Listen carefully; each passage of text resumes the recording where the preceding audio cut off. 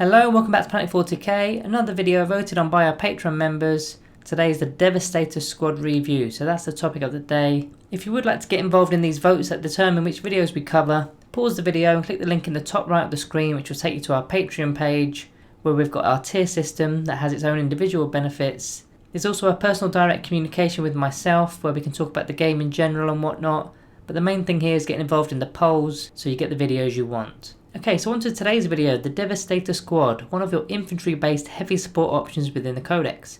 A 5-man unit sets you back 8 power level or 18 points per man, and you'll be very likely to be kitting them out with some heavy weapons. If you wanted to take more than a 5-man unit, you can go up to a 10-man unit and the power level will be 12, not 16. There's a reason it doesn't double like most units, and we'll touch upon that when we discuss the weapon upgrades later in the video. Kicking off with the keywords of note here then, pretty basic keywords really. They hold the chapter keyword as expected, they are a core unit, they're also an infantry unit, and finally they're a Devastator unit. They've also got the standard marine stats, which are movement 6 inch, weapon skill 3+, ballistic skill 3+, strength 4, toughness 4, wounds 2, attacks 1, leadership 7 and a 3+ save. So when I say standard marine stats, I mean the firstborn stats. They've only got 1 attack base. When you add the sergeant to the mix, he gets 1 additional attack and his leadership goes up to a leadership value of 8. They've also got what most marines have, which is the Angels of Death, so all 4 of the rules within that ability will come into play, which are and thou show no fear, to not take any combat attrition test modifiers, bolter discipline, shock assault and combat doctrines we'll go over in more detail in the weapons section. They can combat squad if you took a max unit of 10, which is probably not recommended due to the amount of models that can take the heavy weapons. So you'd basically be buying extra bodies here that don't have objectives secured. Now if you really wanted an additional 5 more men at 18 points that can break off into their own unit, you may as well just get a tactical squad or pay a little bit extra for an intercessor squad. If you are going to take the extra bodies and not combat squad them, then it's not a bad option, as your casualties will be taken from the standard bolt gun models and not the heavy weapon models. Whereas if you've only got 5 models that are all kitted out, they're going to be the ones getting removed first. So a few extra bodies won't hurt. The last ability they have is the Signum. Now your sergeant gets the Signum and it gives one single model within the unit a ballistic skill value of 2+ for the shooting phase. Just remember to either roll the model's dice separately or use a separate coloured dice so that you can determine which one it is. Okay, that's the abilities out of the way. Next on to the actual weapon loadout. So as far as the standard default weaponry goes, they carry a bolt pistol with a frag and crack grenade and each have a bolt gun. I'll put all 4 of these on the screen now, but realistically out of the 5 models, you're not likely going to be taking the bolt gun. Again, if you were, then why aren't you just taking basic troops? So the weapon options. I'll do the sergeant after, as is more of an afterthought when you build your devastators. So up to 4, and very important, it's only 4 here can be upgraded with options from the heavy weapons list. This is why the power level doesn't double, as anything past 4 models plus the sergeant cannot take those upgrades. So they are literally just meat shields with bolt guns. So the heavy weapons list consists of the following 7 weapons. You've got the grav cannon, a heavy bolter, a heavy flamer, a las cannon, a missile launcher, a multimelter or a plasma cannon. So tons of options there, each one has its different price. I personally would kit out all 4 models with the same weapon, but you can mix and match and make use of the split fire ability. So let's get stuck into each of the options. The first one being the grav cannon. It's 10 points, it's got a 30-inch range, it's heavy 4, strength 5, -3 AP and the damage is 1. So if you fire at a unit that's got a 3+ save or better, then the damage increases to 2. So a decent range, so you don't really need to move, which is ideal as it's a heavy weapon after all. There's a lot of shots with this. Now it's actually a really decent weapon choice against the current meta, which is Space Marines, as you're probably aware of. If you kit all 4 of these out, then you've got 16 shots averaging 10.7 hits with them. Wound and toughness 4 or less on 3s, giving you about 7.1 wounds on average, and likely killing 5 Space Marines. If it's toughness 5, then you're killing 4 models. But when I think of toughness 5, my mind wanders to Death Guard, and with their new disgustingly resilient rule, they're a -1 to damage, so you're only killing 2 of those Plague Marine models there. Against vehicles that are toughness 6 or more, you're likely to be doing under 6 wounds on them. That's not bad, but there's better anti-tank weapon options from the list. In turn 1, during the Devastator doctrine, you're going to get an additional -1 AP, bringing this to a -4 AP, so no armor saves for those power armor models. Next we've got the heavy bolter. It's 10 points again, but it's slightly better in range at 36 inches. Only 3 shots this time, it's still heavy as well, and at strength 5, -1 AP with 2 damage. You're only going to clear 2 Space Marine models with these weapons if you kitted out all 4 models with them. In the Devastator doctrine it's a -2 AP, but really I'd not take this over the grav cannon, which is superior in almost every way except for the range. This weapon however does have access to the Hellfire Shell stratagem for 1 CP, Now you forfeit your attacks for one model in the unit with a heavy bolter, and instead you make a single attack.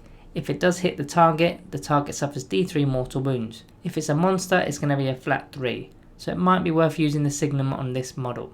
The third option is the Heavy Flamer. It's 12-inch range, heavy D6, strength 5, minus 1 AP and 1 damage, and of course it auto hits. It does require you to be up close due to that 12-inch range, so using a drop pod or a rhino here is ideal. There's no penalty for moving and shooting, even though it's a heavy weapon, you're auto hitting anyway. They've got great synergy with chapters such as salamanders that love their flamers. Also combat orientated chapters such as Blood Angels and Black Templars would find good use for these, as you can flame into a unit and then charge them to finish them off. They also hit in Overwatch too, which can be really solid when you're talking about 4d6 auto hitting attacks at strength 5 minus 1 AP, and this weapon is 10 points again. You're not likely to make use of the Devastator doctrine with this weapon, as you're likely in a transport or just out of range during turn 1. Option 4, which is the las cannon. It's 15 points this time, and it's the highest strength weapon from the list, and also has the best range at 48 inches. It is a heavy weapon, you're only getting one shot from it, but it is strength 9 minus 3 AP and the damage is D6. Now you won't be moving these, so maybe keep them up a ruin or in and amongst the trees to make use of the cover. There's only one shot each here, but wounding vehicles on 3s from 4 shots, you're likely to get 1.8 wounds on average on them, and the damage could literally anything due to the D6 being quite unpredictable. If you shot at an elite infantry target with toughness 4, you'll cause an average 2.2 wounds, and if they've got no invuln save, you're likely killing 2 of them off, unless you really whiff the damage roll. Watch out for those Death Guard again though with the minus 1 to the damage. And then finally, don't forget the Devastator doctrine turn 1 for that extra AP. Option 5 is the missile launcher. Again, 15 points. It's got 2 weapons profiles, so it makes this option quite versatile. The frag missile is 48-inch range, heavy D6, strength 4, no AP and 1 damage, with the blast keyword. This is your anti-horde weapon. The number of shots being D6 isn't an issue, as you've got blast, and you're only really going to be firing this at hordes anyway, so you should be getting the max shots or at least close to it. And you've got 4 guys getting 6 shots each. That should be around 24 attacks at strength 4. Then against toughness 4, it's causing around 8 wounds, and your target is likely to have a poor armor save, such as Orc Boys with a 6+ armor. The crack missile is 48-inch, heavy 1, strength 8, minus 2 AP, and the damage is D6. Again, it gets the extra minus 1 AP on turn 1. This is your anti-tank weapon, only 4 shots this time in the unit.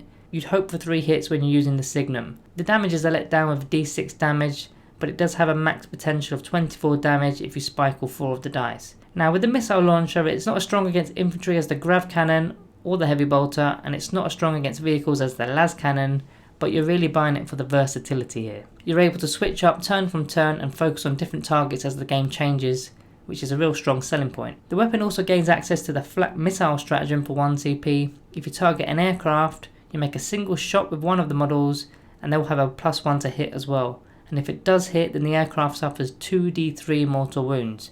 So if you want to clear off those flyers, easy stratagem here. It's also nice, this stratagem, because it doesn't require the Signum to get a +1 to the hit roll, so you can use that on another model. Option 6, the multimelter. 24-inch range, heavy 2, strength 8, minus 4 AP, and the damage is D6. And if you shoot within half range, i.e. 12-inch, then it's going to be D6 plus 2 damage. The weapon is 20 points, so it's getting quite pricey now.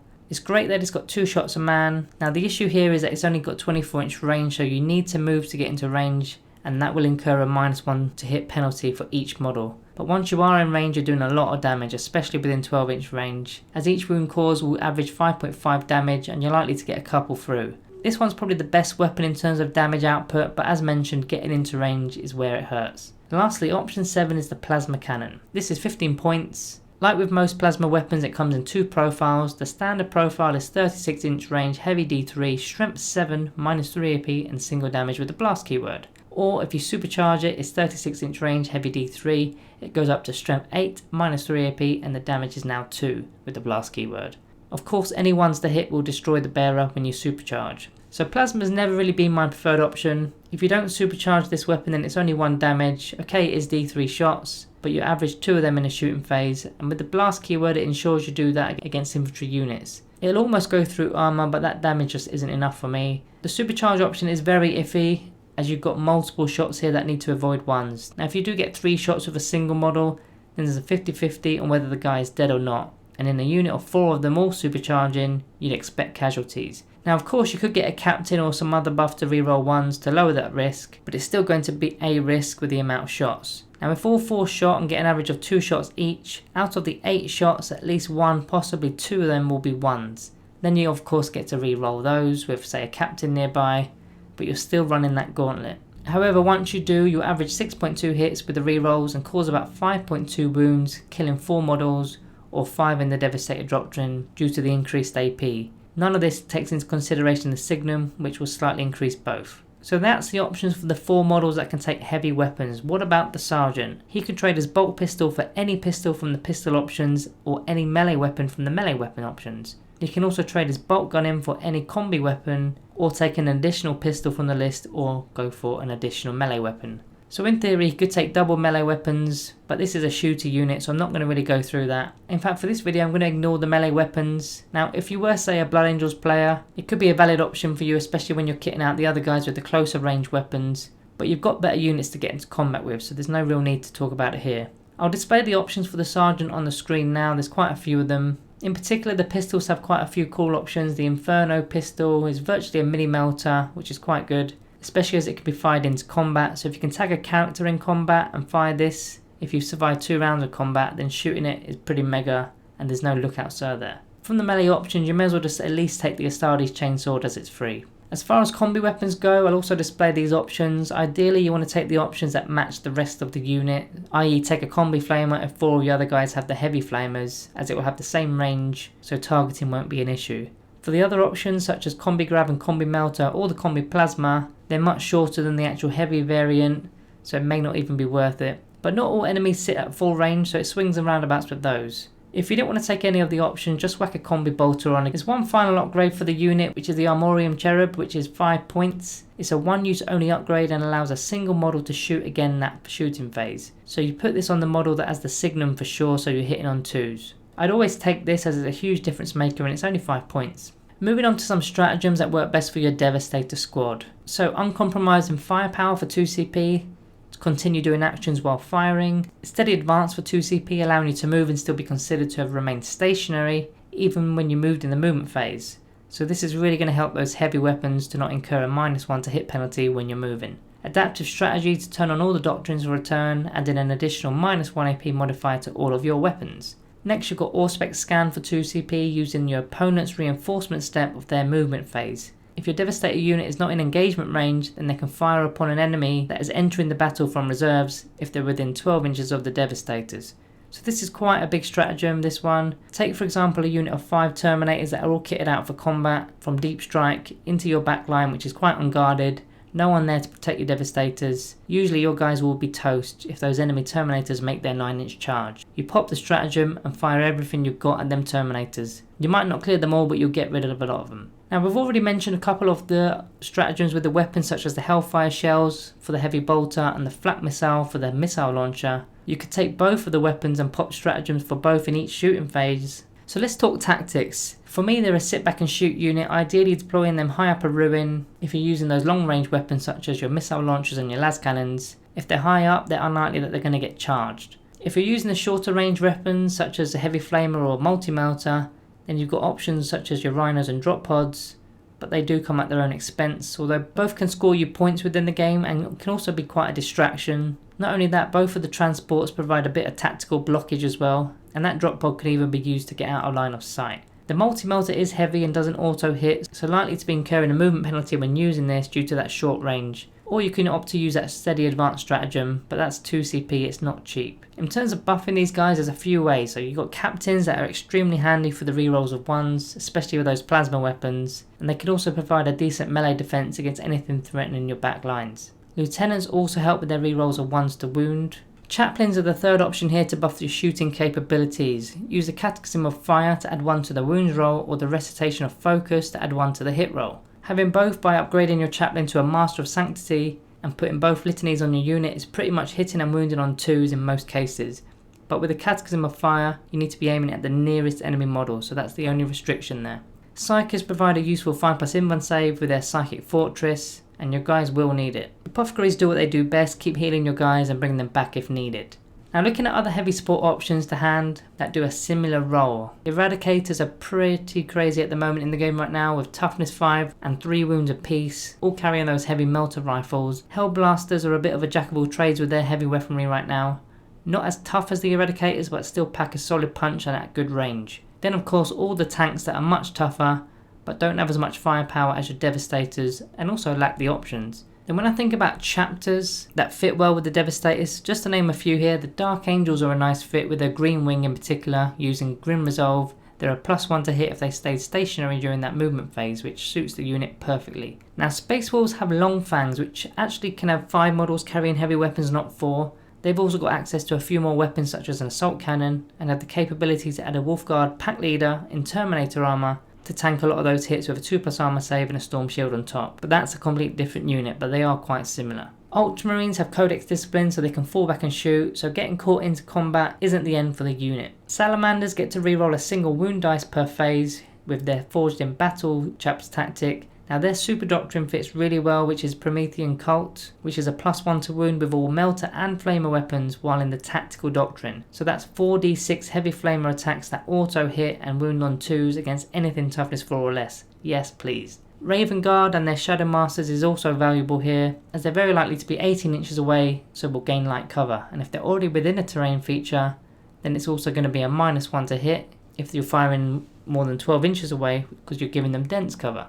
I'll have some of that please. So concluding the unit, a super versatile unit, tons of options to suit your list. You can mix and match and abuse the split fire ability, or just arm all 4 of the heavy models with the same weapon so that you can focus fire on a unit each turn. They're 2 wound models nowadays, which is a big bonus, so they aren't just getting boltified off the table as easily as they used to be. Now they aren't a Primaris model, so they don't have access to transhuman physiology unfortunately, whereas the other heavy infantry options do have that. But they do get the 2 firstborn transports, which aren't bad, especially when you're popping out heavy flamers and multi-melters. I think I prefer the long range approach with these guys, maybe the las cannon and the missile launchers, as I prefer elites being more forward because they've got a bit more durability. These guys have only got a 3+ armor save and no inbound save after all, so need to be kept away from the action unless you expect to lose them. Are they an auto include? No is the easy answer, as the Codex has heaps of alternative options at your disposal. In fact, you don't even need to go down the heavy infantry route. Tanks and dreadnoughts can take up this role within your list and act as your big gun units. A Redemptor dreadnought, for example, with the macro incinerator and all the small arms fire to go with it will do bits for you, which has 13 wounds, toughness 7 and duty eternal as well. He's not going to be going down easy, and not many foes are going to want to go charging him either with his Redemptor fist. Now he's 175 points at a base cost, where a 5-man unit as Devastators with 4 las cannons is 150. And that's without kitting out your sergeant or buying the Amorium Cherub. I'd always take that Cherub, by the way, only 5 points and it can really do some extra damage. So rating time. After concluding the unit, I'm going to be giving the Devastator squad a Planet 40k rating of 4 out of 5. A lot of units in the Codex seem to fall into this rating, but it's more about how they fit into your list and of course the chapter you play. Some chapters will have stratagems that will sync really well with certain units, but as a blanket rating, I think they're a 4. Let me know where you'd place them out of 5, and if you've got any chapter specific combos, put them down in the comments below. Drop a like on your way out, and if you are new, remember to hit that subscribe button for more Space Marine reviews. Thank you all for watching, and I'll see you in the next one.